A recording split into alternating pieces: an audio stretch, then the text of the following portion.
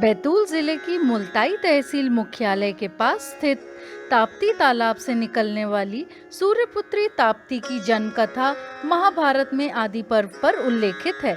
पुराणों में सूर्य भगवान की पुत्री तापी, जो ताप्ती कहलाई, सूर्य भगवान के द्वारा उत्पन्न की गईं।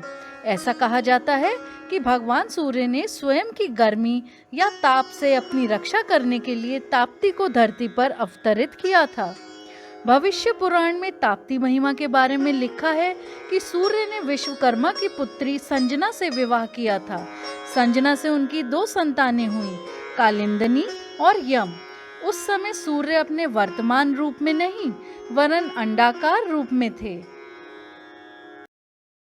संजना को सूर्य का ताप सहन नहीं हुआ, अतः वह अपने पति की परिचर्या अपनी दासी छाया को सौंपकर एक घोड़ी का रूप धारण कर मंदिर में तपस्या करने चली गईं। छाया ने संजना का रूप धारण कर काफी समय तक सूर्य की सेवा की। सूर्य से छाया को शनिचर और ताप्ती नामक 2 संतानें हुईं। इसके अलावा सूर्य की एक और पुत्री सावित्री भी थीं। सूर्य ने अपनी पुत्री को यह आशीर्वाद दिया था कि वह विनय पर्वत से पश्चिम दिशा की ओर बहेंगी। ताप्ती नदी में भाई बहनों के स्नान का महत्व। पुराणों में ताप्ती के विवाह की जानकारी पढ़ने को मिलती है। वायु पुराण में लिखा गया है कि कृत युग में चंद्रवंश में ऋष्य नामक एक प्रतापी राजा राज्य करते थे। उनके एक सवर्ण को गुरु वशिष्ठ ने वेदों की शिक्षा दी। एक समय की बात है कि सवर्ण राजपाट का दायित्व गुरु वशिष्ठ के हाथों सौंपकर जंगल में तपस्या करने के लिए निकल गए। वैभराज जंगल में सवर्ण ने एक सरोवर में कुछ अप्सराओं को स्नान करते हुए देखा, जिनमें से एक ताप्ती भी थी। ताप्ती को देखकर सवर्ण मोहित हो गए और सवर्ण ने आगे चलकर ताप्ती से विवाह कर लिया। सूर्यपुत्री ताप्ती को उनके भाई शनिदेव ने यह आशीर्वाद दिया था कि जो भी भाई बहन यम चतुर्थी के दिन ताप्ती नदी और यमुना नदी में स्नान करेंगे, उनकी कभी भी अकाल मौत नहीं होगी। राजा दशरथ के शब्दभेदी बाण से श्रवण कुमार की जल भरते समय अकाल मृत्यु हो गई थी। पुत्र की मौत से दुखी श्रवण कुमार के माता पिता ने राजा दशरथ को श्राप दिया था कि उनकी भी मृत्यु पुत्र मोह में होगी। राम के वनवास जाने के बाद दशरथ भी पुत्र मोह में मृत्यु को प्राप्त हो गए, लेकिन उन्हें जो हत्या का श्राप मिला था, जिसके चलते उन्हें स्वर्ग की प्राप्ति नहीं हो सकी। ज्येष्ठ पुत्र के जीवित रहते अन्य पुत्र द्वारा किया गया अंतिम संस्कार एवं क्रियाकर्म भी शास्त्रों के अनुसार मान्य नहीं है। ऐसे में राजा दशरथ को मुक्ति नहीं प्राप्त हो सकी थी।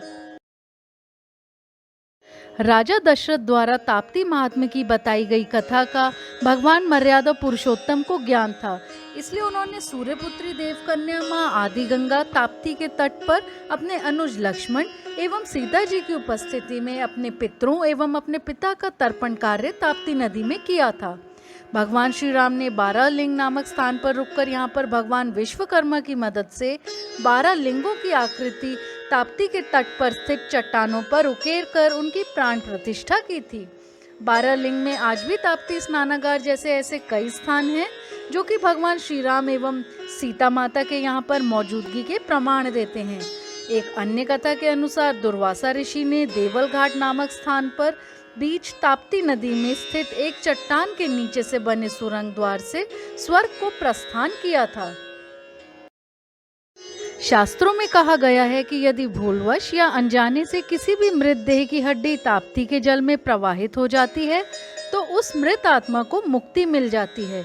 जिस प्रकार महाकाल के दर्शन करने से अकाल मौत नहीं होती, ठीक उसी प्रकार किसी भी अकाल मौत की शिकार बनी देह की अस्थियां ताप्ती जल में प्रवाहित करने या उसका अनुसरण करके उसे ताप्ती जल में प्रवाहित किए जाने से अकाल मौत का शिकार बनी आत्मा को भी प्रेत योनि से मुक्ति मिल जाती है।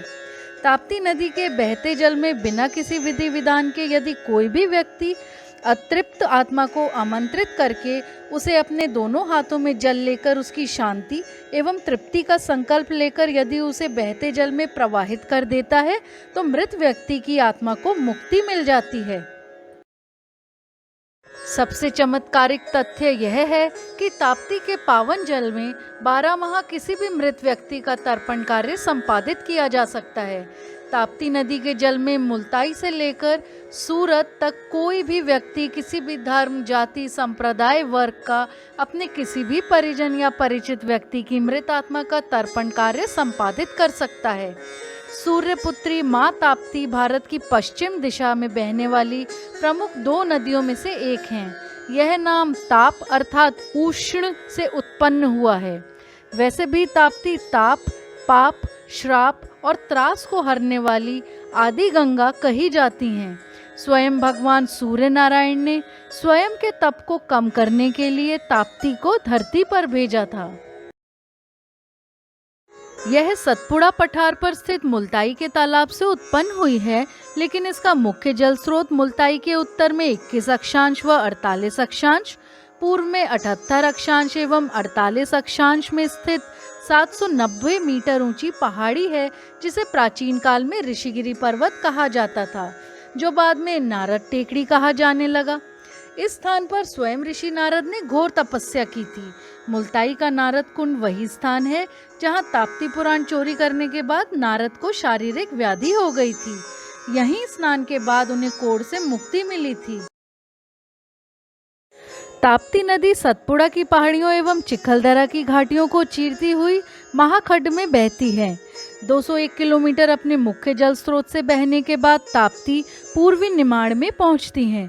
पूर्वी निमाड़ में भी 48 किलोमीटर संकरी घाटियों का सीना चीरती ताप्ती 242 किलोमीटर का संकरा रास्ता खानदेश का तय करने के बाद 129 किलोमीटर पहाड़ी जंगली रास्तों से कच्छ क्षेत्र में प्रवेश करती हैं।